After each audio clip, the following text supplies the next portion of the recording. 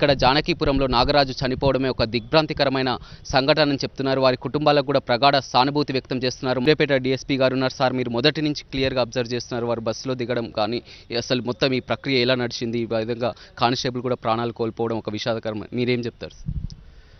అంటే మా machine success అయినందుకు మాకు చాలా హ్యాపీగా ఉన్నది.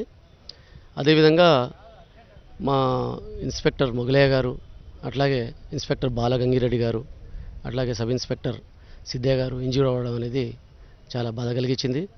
అలాగే వాళ్ళు త్వరగా కోలుకోవాలని చెప్పేసి ఆ దేవుడిని మేము ప్రార్థిస్తున్నాము. అట్లాగే మా దగ్గర హోంగార్డ్ మహేష్, కానిస్టేబుల్ లింగయ్య, అలాగే కానిస్టేబుల్ నాగరాజ్ చనిపోవడం అనేది కూడా మా అందరికీ చాలా దిగ్భ్రాంతి కలిగించింది. వాళ్ళకు మేము నివాళులు అర్పిస్తున్నాము.